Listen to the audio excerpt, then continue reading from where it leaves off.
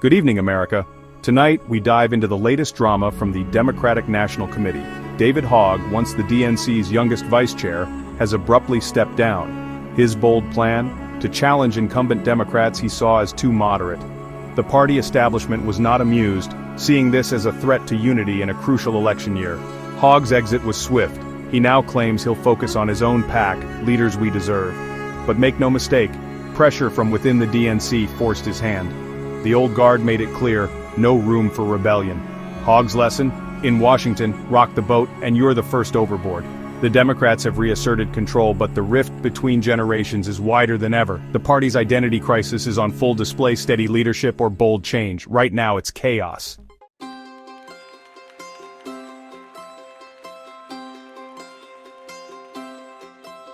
To understand this saga, meet David Hogg, a student thrust into the spotlight by tragedy, who became a face of the gun control movement. The media made him a star, supporters saw a bold leader, critics called him opportunistic. His activism propelled him into the DNC, where he was welcomed as a symbol of youth and change. But Hogg didn't just want a seat, he wanted to flip the table. His proposal to primary sitting Democrats was a grenade in the room. The establishment, valuing loyalty above all, recoiled. The very qualities that made Hogg a star activist, boldness, impatience, made him a terrible party insider. The honeymoon was over before it began. Hogg's rise and fall was meteoric but predictable. The party wanted youthful energy, not a revolution. And so the star was born, and just as quickly, fired.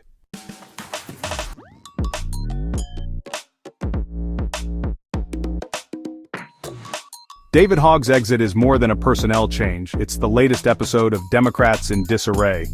The old guard wants slow, steady change. The new generation wants to tear it all down. The result? A party that looks like a clown car in a minefield. Republicans fall in line. Democrats form a circular firing squad. Every debate is an existential crisis. Every primary a battle for the party's soul. Hogg was meant to bridge generations, but became a casualty of the divide. The Democrats are a coalition of contradictions, crammed under one roof. The real question, how many more implosions will we see? The curtain's down on Hogg, but the comedy is just beginning.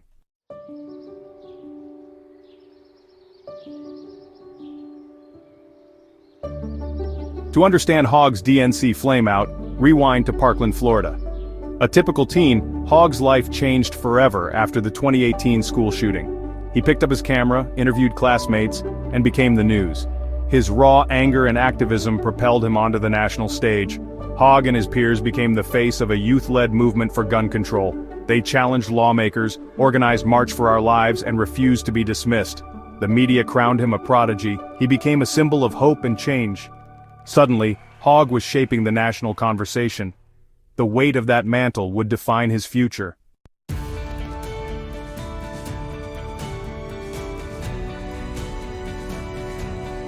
Hogg wasn't just a spokesperson, he was a strategist. March for Our Lives became a sophisticated political operation, mobilizing young voters and lobbying lawmakers. Their message vote out politicians who failed to protect them. Social media amplified their cause, making activism accessible and cool. The movement helped pass new gun safety laws and influenced the 2018 midterms. Hogg became a kingmaker, a sought-after speaker, and a force in progressive politics. He built a powerful platform before he could even rent a car. His journey from survivor to movement architect set the stage for his next act, taking on the Democratic Party itself.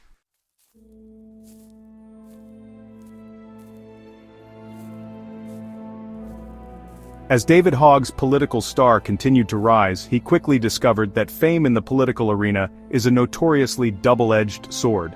For every supporter who saw him as a courageous and inspiring leader, there was a detractor who viewed him with deep suspicion and outright hostility. On one side, he was lauded by the liberal establishment and celebrated on the covers of magazines. He was given awards, invited to exclusive events, and offered a seat at tables where decisions of national importance were made. His endorsement was sought by political candidates, and his opinions were treated as the gospel of the youth vote. He was, in a sense, the chosen one for a new era of progressive activism. However, the other edge of that sword was brutally sharp. His sudden fame made him a prime target for the conservative media machine. He was relentlessly attacked, mocked, and vilified. Commentators and online trolls dissected his every word, questioned his motives, and spread baseless conspiracy theories, famously labeling him a crisis actor. This constant barrage of negativity turned him into one of the most polarizing figures in the country. He wasn't just a political opponent. For many on the right, he became a symbol of everything they disliked about the modern left: arrogant, entitled, and media manipulated. The personal attacks were vicious and unrelenting, a harsh reality of life in the political spotlight. This intense polarization had a profound effect on his public persona. To his supporters, the attacks only reinforced their belief in his bravery. He was a fearless warrior willing to endure personal sacrifice for the greater good. To his detractors, his confident and sometimes confrontational style was seen as proof of his arrogance. He learned to navigate the treacherous waters of cable news, delivering polished and often provocative soundbites that were guaranteed to generate headlines. This media savvy, while effective for an activist, began to create a perception that he was more of a performer than a policymaker, a celebrity first and a public servant second. Ultimately, the very stardom that gave him his platform also created a set of impossibly high expectations. He was expected to be the voice of an entire generation, a flawless leader, and a political wunderkind all at once. This celebrity status, which had opened so many doors for him, would also become a liability. When he transitioned from an outside agitator to an inside player at the DNC, he brought all of this baggage with him. He wasn't just another committee member, he was David Hogg, the celebrity activist. This meant his actions were scrutinized more closely, his mistakes magnified, and his eventual downfall made all the more spectacular.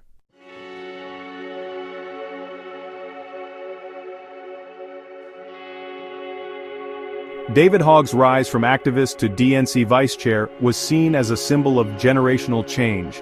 The party hoped he'd bridge youth energy and establishment experience.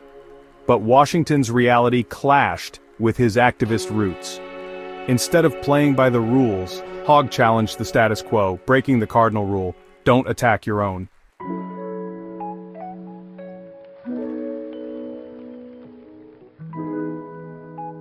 When David Hogg became DNC vice chair, optimism filled the air. It felt like a new reality show. Could a young activist survive the party establishment? For a moment, unity seemed possible. But the honeymoon ended quickly.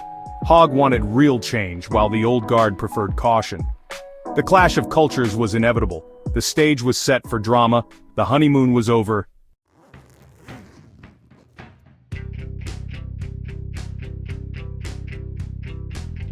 The moment tensions boiled over came with David Hogg's audacious plan. His PAC, Leaders We Deserve, would recruit and fund primary challengers against incumbent Democrats. For the DNC, this was heresy, like Coca-Cola's VP urging people to drink Pepsi.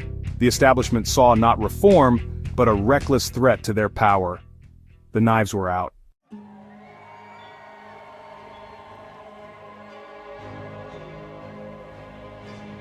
The Democratic establishment's response to David Hogg's primary challenge was swift and furious.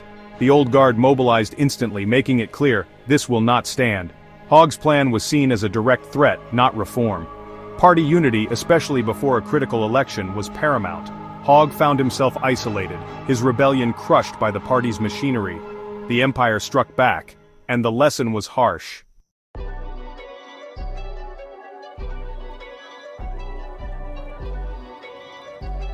David Hogg's journey was a crash course in party politics. As an activist, he thrived on boldness and confrontation.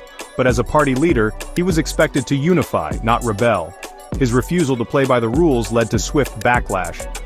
In Washington, loyalty trumps ideology. Step out of line and the machine will grind you up and spit you out.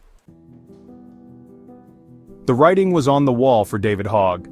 As internal backlash grew, his position as DNC vice chair became untenable.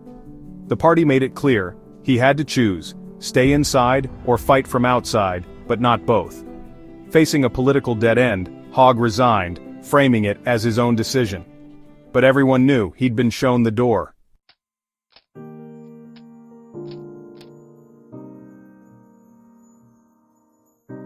When David Hogg's plan to primary his own party went public, Democrats erupted in disbelief. From Capitol Hill to party headquarters, the message was clear. This is a terrible idea. Instead of sparking a revolution, Hogg united the party against him. A remarkable, if unintentional, achievement in party unity.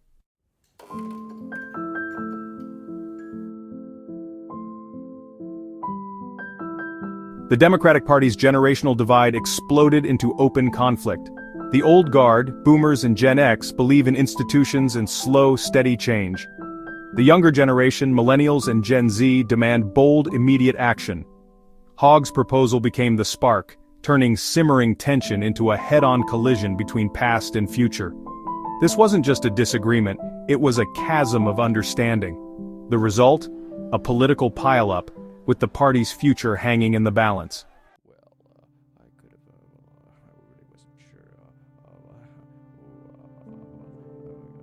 As the controversy raged, you can just imagine the emergency meetings that were called behind the closed doors of the DNC. Picture the scene, a long, polished mahogany table. On one side, you have the party elders, figures who remember a time when political disagreements were settled with a firm handshake, not a viral tweet. They're sipping lukewarm coffee, their faces a mixture of exhaustion and fury. They've weathered decades of political storms, but this internal hurricane, whipped up by one of their own, is a special kind of headache. They are here to perform a political intervention, to try and talk some sense into their prodigal vice chair before he does any more damage. On the other side of the table sits David Hogg, the embodiment of youthful defiance. He's probably scrolling through his phone, watching his social media mentions explode. In his mind, he's a brave truth-teller, a Daniel in the lion's den, speaking for a generation that demands to be heard. He likely came into the meeting armed with data points about youth voter enthusiasm and polling that shows support for progressive policies.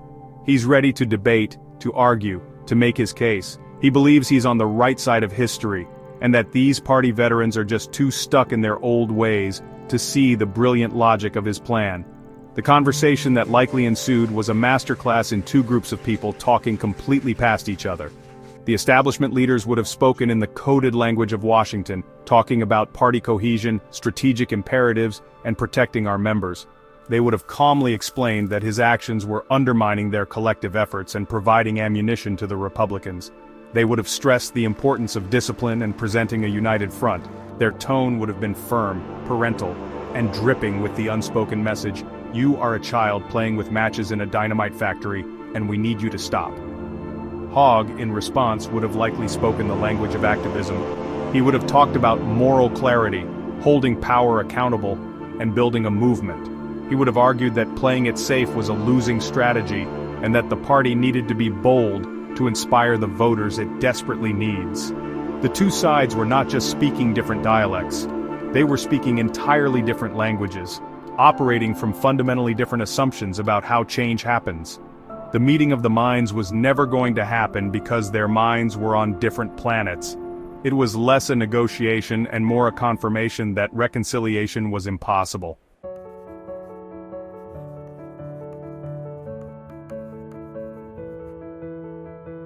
After the futile meetings and the public outcry, the Democratic establishment realized that polite suggestions and stern talks were not going to work. The situation had reached a breaking point. David Hogg was not backing down from his plan, and the party could not continue with a senior leader who was actively working against its core mission of protecting its incumbents. The time for subtlety was over. The leadership moved from expressing deep concern to delivering a clear, unambiguous ultimatum. The message, though likely delivered with a veneer of professional courtesy, was as blunt as a sledgehammer: you have to choose. The choice presented to Hogg was stark and simple. He could either remain a DNC vice chair, in which case he would have to publicly renounce his primary challenge project, and pledge allegiance to the party's united front. This would mean abandoning his Leaders We Deserve PAC's central strategy, and falling in line with the establishment's directives. Or, he could continue with his activist project, in which case he would have to resign his leadership position immediately. He could be an insider or an outsider, a team player or a revolutionary, but the party made it crystal clear that he could no longer pretend to be both. The charade was over. This ultimatum was a classic power play, designed to force Hogg into a corner from which there was no escape. The establishment knew he couldn't realistically abandon his PAC and its mission. Doing so would make him a sellout in the eyes of his followers, the very people who form his entire political base. His credibility as a progressive firebrand would be torched.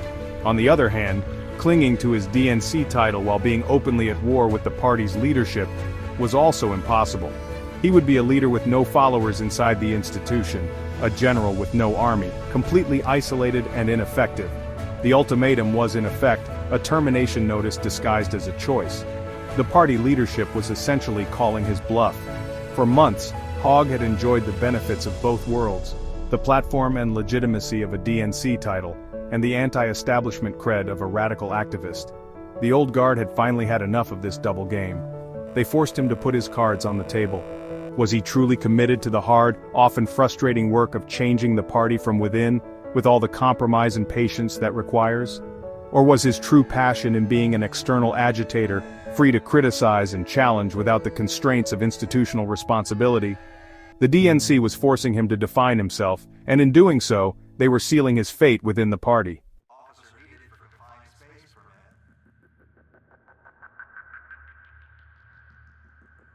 David Hogg resigned, his departure framed as a strategic move, but no one was fooled. The old guard reasserted control, ending his brief, tumultuous chapter as a party insider. Now, Hogg returns to his roots as an outside agitator, free to challenge the establishment. The party's infighting continues, and the real battle is far from over.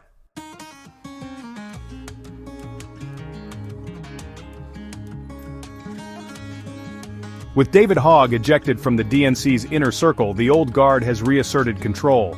On the surface, order seems restored, but the party's internal wounds are deep. The ouster has left young activists disillusioned, and the leadership's victory feels hollow. The dust may have settled, but the ground remains unstable.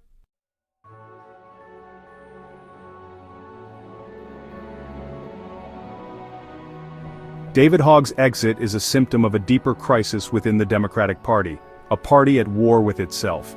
On one side, centrists fear alienating moderates. On the other, progressives demand bold change. The result is chaos, mixed messages, and a party struggling to unite. The war is real, and the party remains its own worst enemy.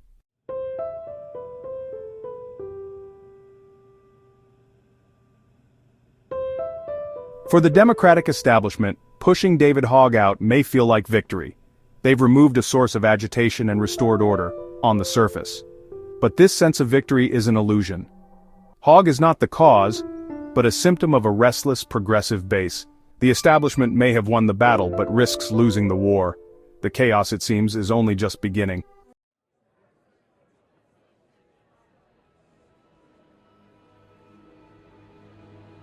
With all the Democratic chaos, was David Hogg's dramatic exit from the DNC actually a win for the nation? For a moment, Americans, Republicans, independents, and the politically exhausted, watched the spectacle unfold. Hogg's departure lowers the temperature just a bit, offering a brief, schadenfreude-filled relief.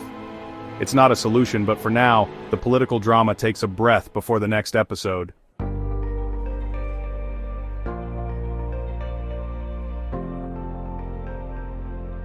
The removal of a political firebrand might seem like a win for stability, but it hands power back to the establishment. The old guard tightens its grip, and the party becomes quieter, yet less responsive and more complacent. The bold solutions needed for issues like climate change and healthcare fade. The passionate, younger voices demanding change are sidelined. And if the party ignores the icebergs ahead, this victory may prove hollow.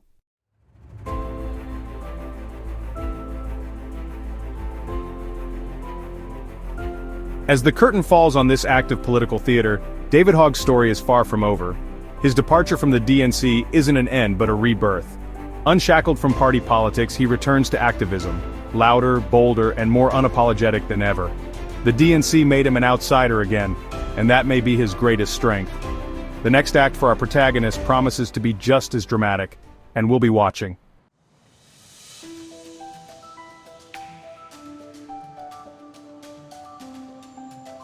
And what of the Democratic Party, the grand old institution that just survived another self-inflicted wound? The establishment has successfully reasserted its control, but the peace they have secured is fragile and likely temporary. They may have ousted David Hogg, but they have not solved the underlying problem that he represented. The deep, cavernous divide between the party's cautious old guard and its impatient progressive wing remains. This conflict is not going away. It is the central defining struggle of the modern Democratic Party, and it guarantees that the current era of chaos is far from over. The party remains a big tent filled with people who want to set fire to each other's tents. The DNC's victory is a classic example of winning a battle while potentially losing the war for the future. By pushing out a prominent young voice, they have reinforced the perception among many young voters that the party is an exclusive club, hostile to new ideas and new energy. This is a dangerous game to play for a party that relies heavily on youth turnout to win elections. The establishment may have secured the castle for now, but they are alienating the very soldiers they will need to defend it in the battles to come. The quiet that follows this ouster is not the quiet of stability. It is the eerie quiet before the next storm hits. This entire saga serves as a hilarious and crucial reminder for all of us who follow the grand circus of American politics: never, ever run out of popcorn. The Democratic Party, in its current state, is a perpetual content machine for political drama.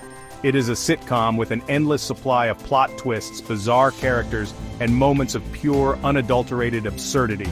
They are a family that can't stop fighting at the dinner table, and they have invited the whole country to watch.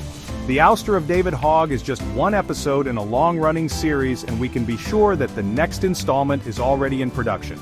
So, as we conclude our coverage of this ridiculous chapter, our final advice is simple. Stay tuned.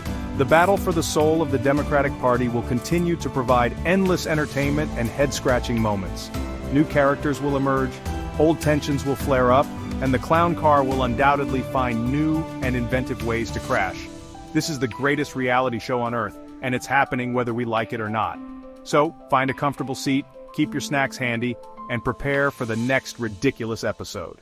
Because in the theater of American politics, the show must and always will go on.